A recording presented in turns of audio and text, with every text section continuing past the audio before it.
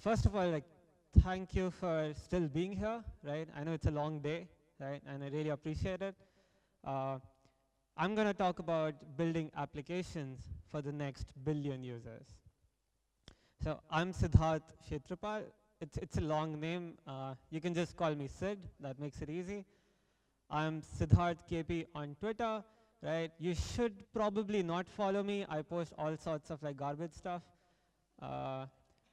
But I do design systems at Auth0, which is kind of interesting. So if you want to talk to me about design, React, working remotely, that kind of a thing, just catch me after this. We can have a chat. I also teach React, which is something that I've been recently doing. It's fun. So I'm coming all the way from India. It's like a really long flight, right?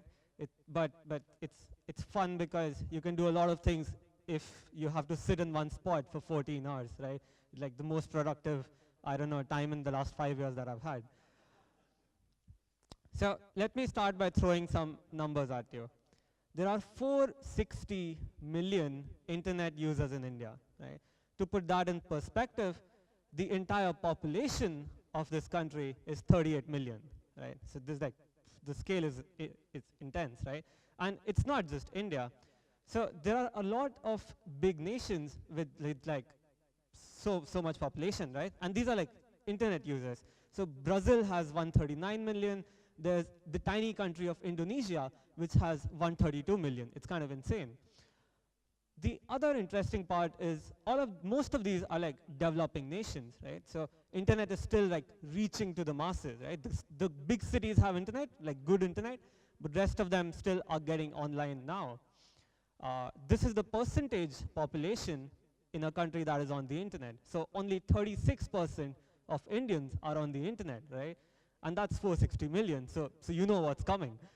And even Indonesia, which is comparatively modern, right, is just 50%. So it's really interesting. Which makes the case here that if you are a global company, right, if you don't just make applications or websites for your city, but you make it for a global, the internet audience, right, these are the places where your next users are coming from, right? There's so many people getting on the internet now. If you can capture their attention, you're looking at billions of people. So, and a lot of companies have kind of built upon this idea, right? So these companies like Uber, Amazon, right? They started in very niche markets, but have exploded in value because they've optimized for developing nations, right? Like Uber is everywhere. OLX was a surprising one because you guys have OLX here, right? It's a thing.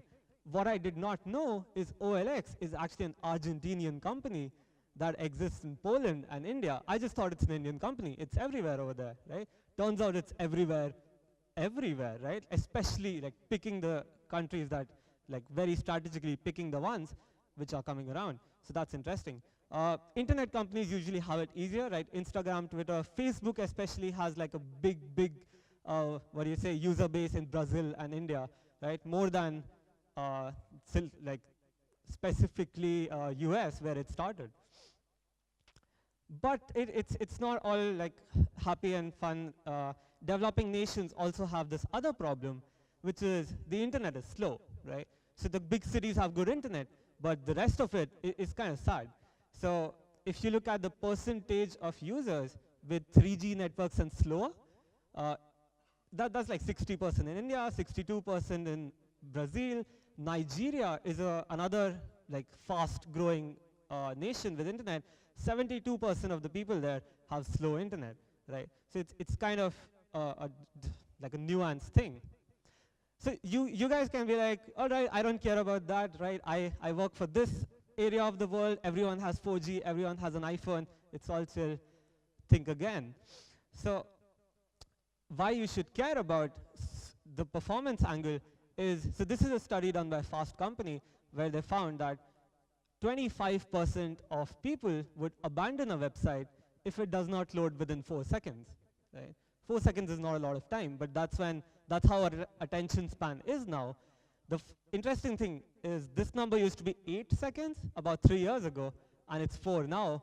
And I'm sure the way we interact with our mobile phones and the internet, it's only going to get like tinier. A fun story about this tiny startup called Google, what they had, and this is back when they used to look like this, right? This is from '96, if I'm not wrong. So they used to show 10 results, as they do now, and the number one feature request they would get back then is, why are there only 10, right? I have to go to page 2, page 3 to look at results. Just give me more, right? Which is interesting, because I don't know the last time I actually bothered to go even beyond the first 3 results, right? But this is like an old story. So they decided that, fine, let's give the people what they want. So they increased the search results from 10 to 30. The load time changed from 0.4 seconds to 0.9 seconds. It's still under a second, but they actually saw a 20% dip in traffic, right? People, if the page was not fast enough, people just abandon their search query and go do something else, right? And which is interesting. So a lot of times, like if you're having a conversation with a friend, right, you're having an argument, right? It's like, who is the Prime Minister of the UK, right? And it's like a trivia thing. How do you settle that fight? You pull out your phone, you quickly search that, and then you see, oh yeah, he's right, I'm right, you're wrong, right? Buy me a beer now. So, and that kind of a thing only works if it's fast enough, right? So if this can happen to Google, it can happen to like all of us, right? That's kind of my understanding from this. So, but yeah, so I'm here not to talk about how everything is horrible and, right, we're all gonna lose money. I'm here to talk about how do you make fast websites, right? So I have a performance checklist that I've kind of worked over like the past 2 years, working in India and optimizing for slow internet that can work for everyone. And if you optimize for the base level, you basically, everything else is just way faster. So the 0th thing over here is that if you can't measure it, you can't improve it. So you need to measure on slow networks and slow devices. Lucky for us, our tools like browser tools make it really easy. Chrome now already ships with this throttling pattern. You can select slow 3G and you can also select like a device thing, right? How many of you work on the web, right, on like a day-to-day? All right, bunch of you. How many of you use Chrome developer tools to profile your website? All right, that's, wow, more of you actually use it to profile than people who raise their hand like they used web. All right, I can do. So that's very good. So, but what do you measure, right? What are the metrics that you should care about? So we've had this history of measuring things like time to first byte, right?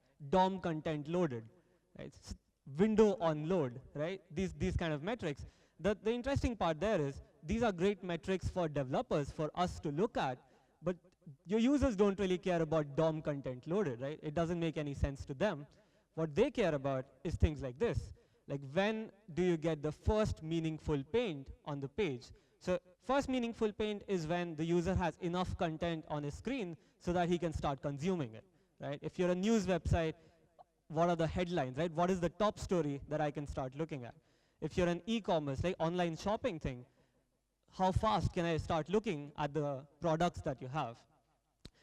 Time to interactive is the next metric that you optimize for, which is after this page has loaded, how soon can I start scrolling, right? How soon can I start interacting with it? So this is slightly more browser-oriented, which is, so how browsers work right now is when you send your code, they have to parse that code, right? Your JavaScript is compiled in the browser.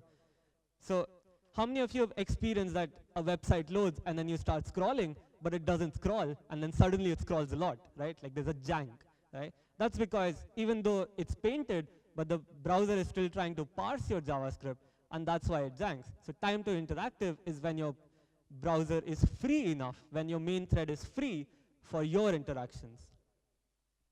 The final one is, and probably the most important one, is this thing called page ready. Right? This is the metric when everything works, everything is loaded. If you're online shopping and you say add to cart, it actually goes into the cart. Right? So it's not just painted, it's compiled, it's interactive, everything works now. Right? And these are the numbers. So on slow networks like 3G, these are the numbers that you should like target, right? These are like the golden numbers. If you do this, then you don't have to think about what geography you go to, right? It's gonna work everywhere and it's gonna work fast. So let's look at how websites kind of work, right? So single page applications kind of took the world by a storm some 2-3 years ago, and this is how a typical single page application renders. So you get the HTML, the document first. Then the document has hints for the browser that download this CSS, download this JavaScript, right? So you first download those. After the JavaScript is downloaded, the JavaScript is parsed, right? So CSS and DOM is parsed too, but it's faster and it's usually much smaller, that it's not as important as JavaScript, which takes a longer time to parse. So this happens, right? Now you think about fetching data, right? You need to fetch data from your server to show to the user. You need to make those like AJAX requests. You need JavaScript to make the AJAX request. So that happens now.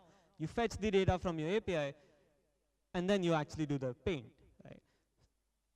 After having the paint is when it becomes interactive. So in a single page application, paint and interactive kind of happen at the same time, but it's all the way down there, right? So if you need to make a website render for the user, he has to go through all of this. And you can see, like, this is like a waterfall thing. It looks slow, right? So how do you optimize? Let me first show you like a website which kind of has this. So I said if you can't measure it, you can't improve it. So first, let's see how do you measure such things. I'm gonna increase. Yeah, this is good. Yeah, so you go to the performance tab, and you first change the presets. So I'm gonna test at fast 3G with 4x slowdown, because I'm gonna test at like a slower device, right?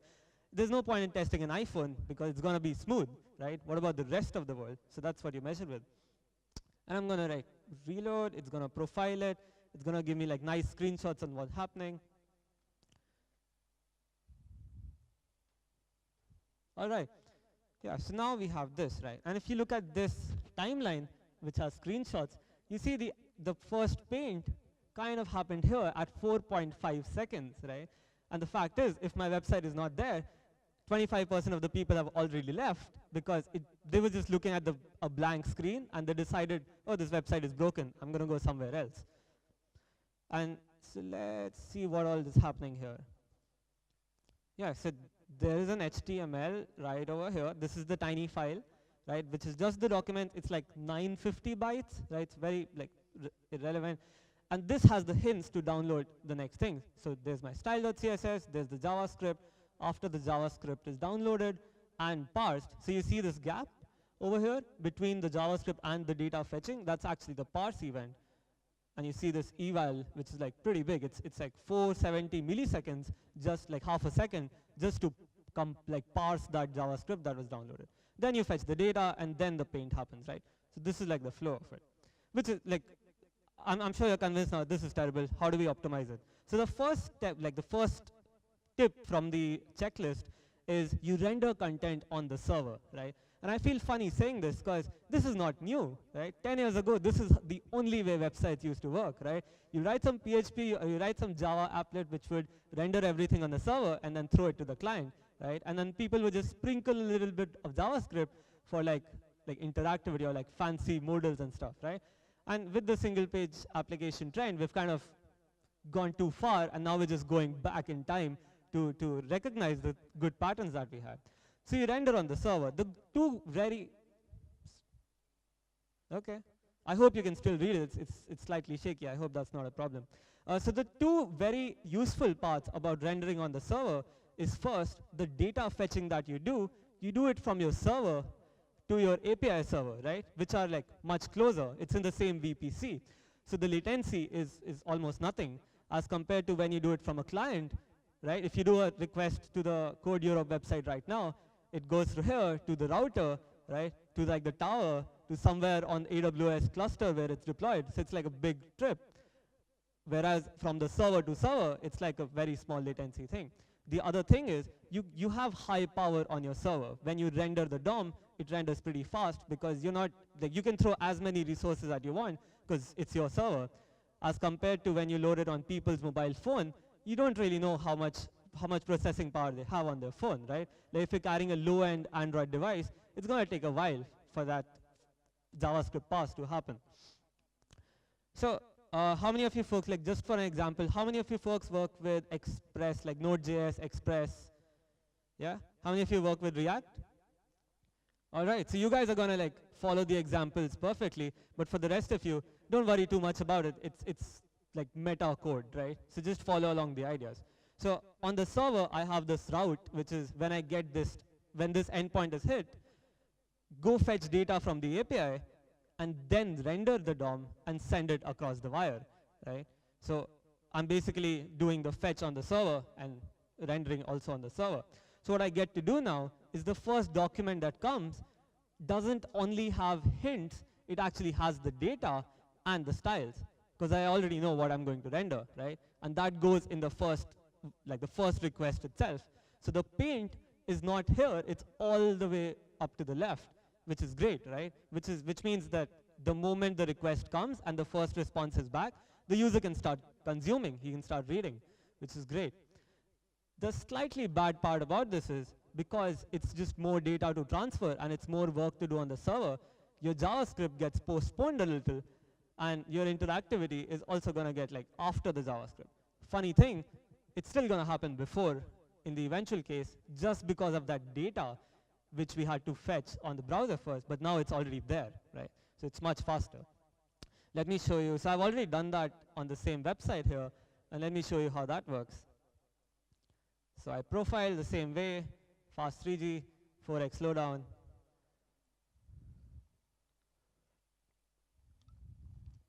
All right. So now you see the HTML, the initial HTML is not 900 bytes anymore, it's 60 KB. It's a lot more, but that's all the browser needs now. So when this request is arrived and parsed, my render happens at 1.9 seconds, right? It was like something around 4 seconds earlier, but now it's like 1.9. So it's fast, right? I'm saving all of the users who would have ran away. Now they're going to stick around because I have content for them to start reading, which is great. The interesting part is my JavaScript is still on its way, and it arrives like much later, and somewhere here it becomes interactive, right? So, which is cool, right? So there is this time in between, which Paul Irish likes to call the uncanny valley of death, because your user sees the content here, he starts clicking, but nothing happens because your JavaScript hasn't arrived, and it's only interactive another, 2 seconds later, right? So I'm going to come back to it. But there are these two questions that I often get at this point, which is, what about SEO, right? Search engine optimization is something that we care about, and if you're just doing more work on the server, you're delaying the first response. Time to first byte is definitely later, because we have to do more work before we get to that point. And you're right, like it's a problem. Time to first byte is something crawlers really look for. But if you profile this website that I'm showing you on Page Speed Insights, it actually gives a very good score, right?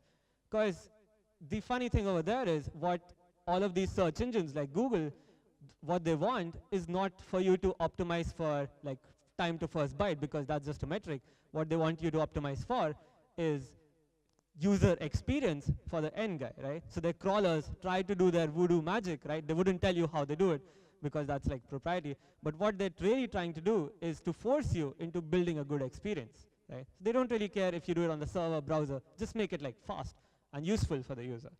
The funny thing also is that the only feedback that we get here is reduce the server response time, right? If you do this, we get like a 100 score or a 99 score. 100 is like, I've never seen a 100 score. So let's optimize for this, right? We want all of the niceness, but we also want our crawlers to be happy. So let's give them what they want. Let's give them time to first byte. So coming back to our code, you get a request. Let's push something, right? So in our website, we kind of have this area where you have the company logo, there's the search, there's like all of these things which are static, right? They don't change according to the content, right?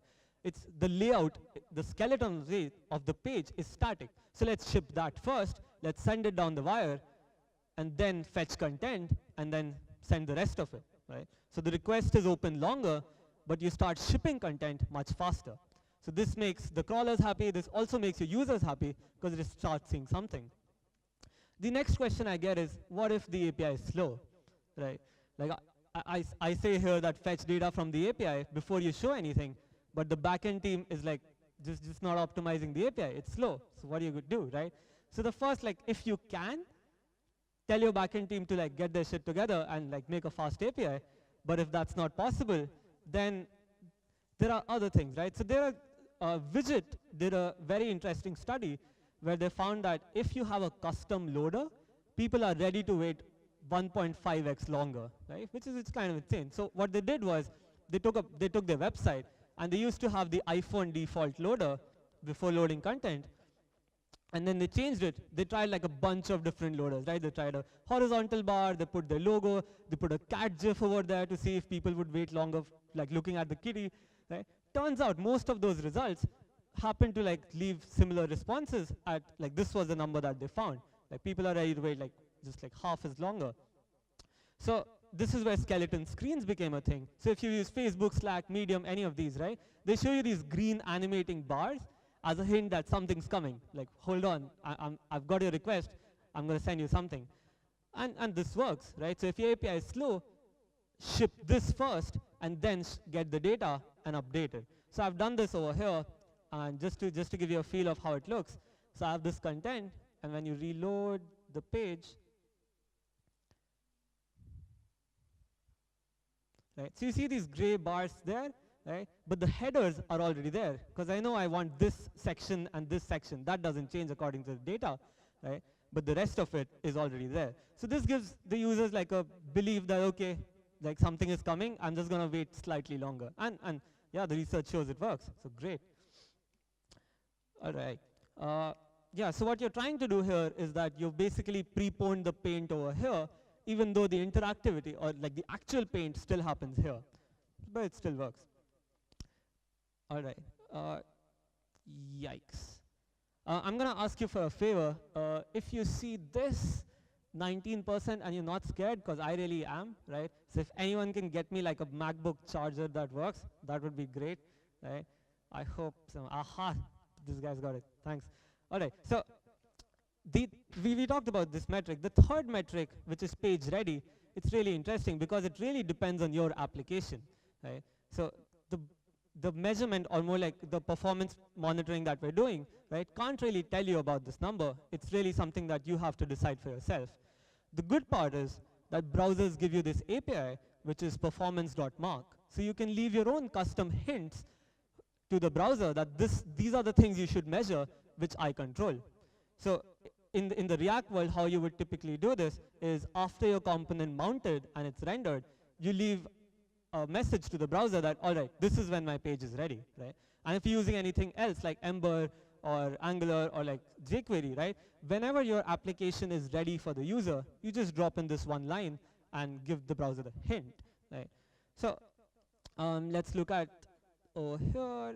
Let's go back to this page and see when it's there. So it comes over here in the event log, right? This is like a long list of things that happen in the browser, which we don't care about. We care about page. Aha, it's not there. Let me reload, and it's gonna come.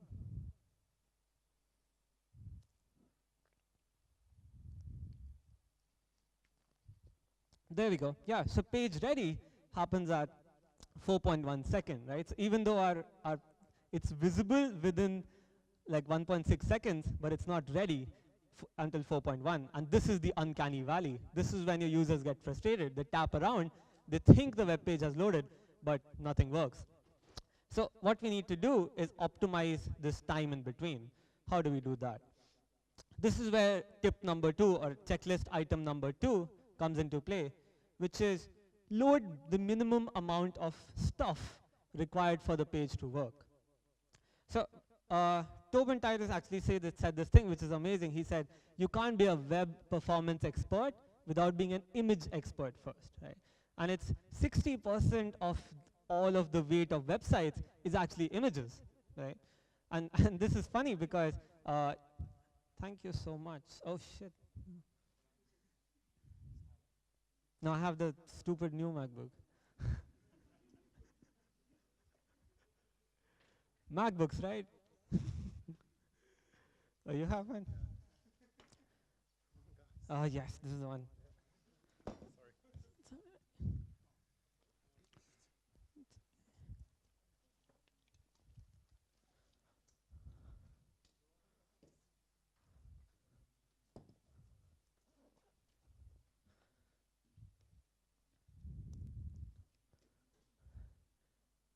Yes, now I'll not have a heart attack. All right. Yeah, so he said images, right? So the images are the first thing you optimize for, right? And I'm not an images expert, but Adios Mani is. And he wrote a great ebook, which is available at https://images.guide, which talks about what image formats to use, how do you optimize them, what are the kind of tools you can use so that you just leave them around in your CI, which optimizes or catches your mistakes so that you don't have to, right? So that's like a resource that you should check out. But what I'm going to talk about is how do you load the minimum amount of JavaScript that is required on a page, right? Man. So one of the things that you can do is split on page boundaries. So you have multiple pages in your website, right? Let's take the online shopping example. You have a home page, you have a page with a list of products, you have a cart page, you have a payments page, right? Now to load the load the home page, you don't really need the payment page, right? All of these are separate. In a single page application, you typically bundle everything together, right? Over here, we don't need that. So we're gonna split your JavaScript bundles so that you only require the minimum amount of JavaScript to load that specific page, right? So if you're using something like Webpack, right, this makes it easy because you can just tell it the starting point, like the entry point for each of these, and it's going to create a dependency tree, right? If you're not using Webpack and using something like Grunt or Gulp or even your own custom build script, right, what you need to do is just identify those different pages in your flow and break your bundles on them, right? The other thing you can do, and this is like remarkably powerful, but really like it's uncommon, which is just use smaller dependencies, right? So the NPM ecosystem is great, right? I really love it because I think it's really simplified how we work on the front end. But you really need to be careful about what you're installing and what you're bringing into your application, right? So for example, React plus React DOM is like a 30 KB thing, but Preact is just 3.5, right? It's like so tiny. But the thing is, like, if you're on React, I'm not asking you to throw away all of your code and start writing Preact components now, right? I'm not trying to ask you this, right? How many Parks and Recreation fan here? Have you watched this show? No? All right, a few. Great show. Everyone else, yeah, like screw web performance, go watch this show. It's the best show out there. So what you can do instead of throwing your PC away is you can use this another tiny library which comes from the same author, which is Preact Compat, and then you use them together. It's slightly extra weight, but still way less than React. And what you get is you basically fool your compiler into saying whenever you want React, take Preact Compact instead, right? It's an alias, and it works. Like it. So Preact Compact makes sure that your React components or React code works exactly the same way, but the implementation is like much lighter. So I did this in the same website, and yeah, I want you to remember this page ready, which happens at 4.68, and let's do it again for a website where I've just switched React for Preact and see what the time is. Let's go to event log, page ready, 2.4, right? I basically just did this, right? I said screw React, use Preact Compat, and just saved like 1.5 seconds without refactoring my code, which is like pretty amazing. The more important part here is that the time from first meaningful paint to page ready has reduced, right? It's only like 1 second now. So it's saying that your user can still fall into that tiny trap where he clicks something and it doesn't work, but it's only for a second, right? Instead of being for 4 seconds. So this is kind of like the trade-off over here that you have to accept, I guess, right? That's the bad part about it, that your users can start consuming the website, but it takes 1 second for the website to be interactive, right? So if the user falls into that 1 second, he's gonna have like a second of frustration, but if he clicks it again, it's gonna work. And I'll tell you the fun thing, we actually did some user study on this. We made people sit and do this, and we were like looking behind them, like standing behind them and looking what they're doing. And it turns out, right, people would not really blame the website, people would blame themselves or their phone, that, oh yeah, stupid phone, yeah, I bought it a year back, right, let me just press again, which is great, yeah. Yeah, because the second time you do it, it works, right? So people don't really understand what evil nonsense is going on here. They just like blame themselves. Third thing you should do is to reduce that 1 second gap even smaller, is lazy load all of the good to have features, right? So there are things that your users care about, and there are things that you care about. For example, marketing banners, right? Like those pop-ups which tell you, please subscribe to my newsletter, right? Or we have a 50% discount running, right? If you can, let's just like stop doing them completely, right? Like nobody loves them, right? But there's still a very popular pattern. So yeah, if you can, let's get rid of them. Otherwise, like let's lazy load them, right? Like load them after like 2 seconds maybe. Analytics is another same thing. It's very important for us because we need to know what our users are doing so that we can help them. We can optimize for them, but the user doesn't care about it. Right? So let's load the JavaScript required for the user first, and then all of these extra additional good to have things. So the way to do this is pretty similar to the performance mark thing, which is on after your render has finished, or in React's case, after your component has mounted, you fetch your extra resource, right? For example, this is my analytics script, so I fetch it later and then insert it into, like shamelessly insert it into the head, and then let the browser do its thing, right? So if you want to go next level with this thing, there's this thing I call two-stage architecture. It's also gaining popularity it's been called progressive loading now. That's the hip title for it. And the idea here is like, you played Mario? Yeah, 90s kids? All right. So yeah, so Mario, when you start, you have this mushroom thing, right? Mario is an interesting game because it's a plumber who eats mushrooms and like goes into pipes. It's kind of like a really like a high kind of a game. But anywho, sorry, I digress. So the two-stage architecture is that you start small, right? And Mario is like jumps and does everything. But when he gets this enhancement, he becomes much more powerful, right? He throws like fireballs and all of that. A plumber throwing fireballs, all right. So the concept there is that you start with a functional interface from the server.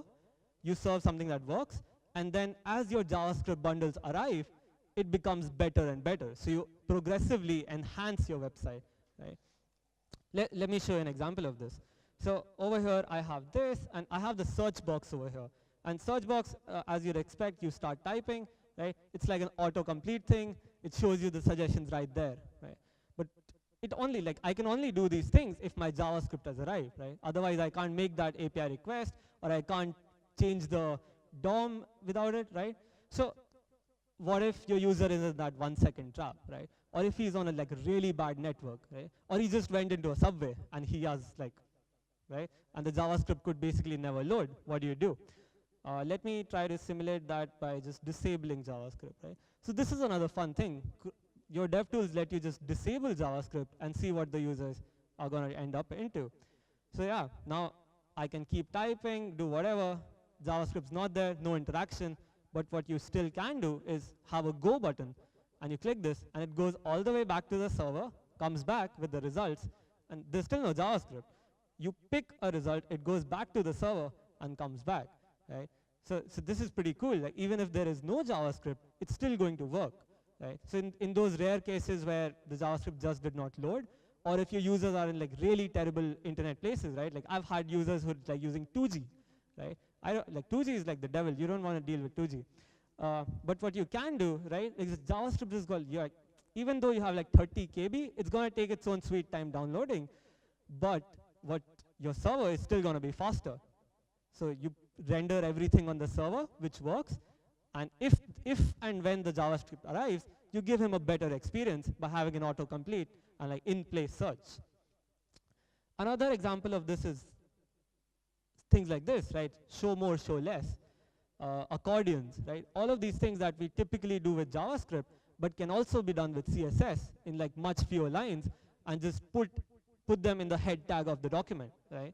Because you can serve that easily rather than actually downloading your entire JavaScript, right?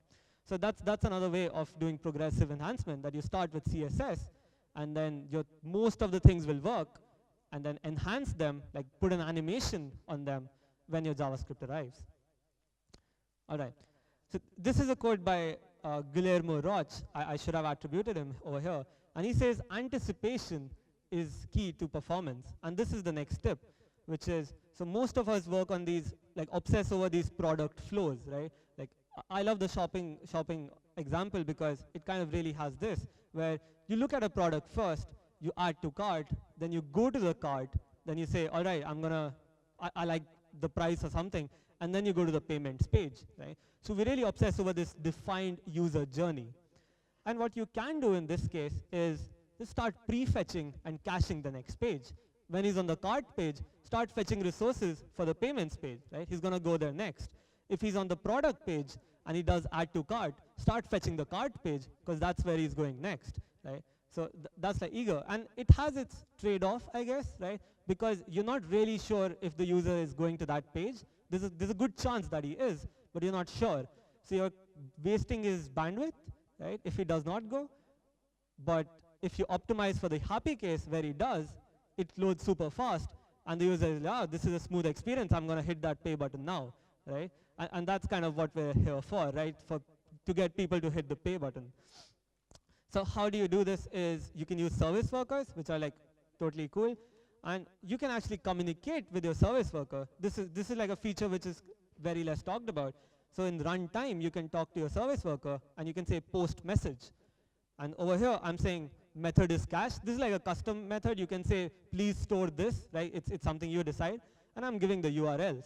So I'm saying cache the products page, cart page, checkout page, like all of it, right? All of the flow. And the service worker, you say, you add an event listener for the message, and you say, when I get this specific cache message, open the browser cache and dump all of these URLs in it, right? So it's really interesting because you don't have to cache everything. You can be smart about it and cache only like the behaviorally the next thing. So I'll show you an example of this, which is on this page. So we did something evil. So there's this page which has like medicine information going on, and one of the fields is substitutes, like the alternative medicines you can take, right? So it's how there is one generic drug, and there are multiple brands that make that same drug, right? Some of them are cheaper, some of them are expensive. So people like to look at substitutes. So what we did was, when you're on this page and you scroll deep enough that you're near the substitutes, we say, okay, this guy might be interested in substitutes. Let's start caching all of it. And let me show you the impact of that. I'm going to go to my network panel and click the first substitute. And here you see, it comes from the service worker because it's already cached everything. And it comes in like 36 milliseconds, right, which is nothing because it's already there in the cache. If you had to do the same thing from like the server, it's going to take like, what, 1.5 seconds, right? So you can really, really optimize things if you just think about what is the journey and start eagerly fetching it. So that's tip number 4, which is prefetch and cache the next steps. Now there's this question. So I've been in multiple teams who worked on performance, and this is like a story I've heard so many times, which is you realize that your performance is bad because somebody tells you and makes fun of you, and then you optimize, right? You spend 15, 20 days optimizing, you get the last juice out of it, and it's super fast, and then you forget about it. Then you again start adding features on top of it, and 3 months later, it's slow again, right? And this is like a circular thing. So which begs the question, how do you stay fast, right? You don't just want to reach fast, you want to stay there. So for this, I created this package called bundle size, which is like, it has like a few GitHub stars, which is like the proof that this is relevant, so it's probably worth using. It's used by a lot of open source libraries like Preact, Lighthouse, Style Components, Redux Saga, right, to help them stay small. And it's also used by a bunch of companies like New York Times, Financial Times. I haven't really asked them that I can put their name, so don't tell them. But the most fun one over here is Eurostar. Eurostar is this bus company, right? So and they have like a portal to buy tickets, right? So this was the most surprising one. That these guys are like so far from like the hipster internet thing, but they're still using these open source libraries, which is pretty cool. So how you use this is you basically define like a budget for yourself, right? So you know how much JavaScript you can load on 3G in this much time, right? So after you get your web page to be fast, you see, okay, how much JavaScript did I download, right? Like over here, it was, for me, it was like 20 KB, right? So I knew if I have 20 KB of JavaScript, it's going to be fast, and I want to be in that general area. I don't want it to go to like 50 or 60. So this is what we define for ourselves, which is the vendor bundle is going to be like 25 KB-ish, and the feature bundle is going to be 30 KB, right? This is what worked for us. And if you cross this, bundle size is going to throw you an error on your pull request that, hey, this pull request actually makes the common bundle go to 26 KB, which is greater than 25, you can't merge this. I'm not going to let this happen, right? And this surprisingly has saved us so many times. Like we had this intern who wanted to create a tooltip, right? Like a tiny helper text thing. And he said, how do you do that? So he Googled tooltip, best tooltip library, right? And just dumped it in. And that library was definitely the best library. It solved like 500 use cases, but it also 16 KB big, right? My entire website is like 25 KB, and he just added 16 KBs. And the thing is, if you're just testing for features, right? If you're just testing for bugs, you won't find this, right? Because we don't really test for performance. It's a tedious task. So just looking at the size of your bundles is like a great proxy to catch those regressions, and like it worked out great for us. So this is one thing. Now, if you're interested on the topic of performance in general, right? I just want to like leave some resources of where you can start. The first is the Google developer blog. Like they really obsess about performance.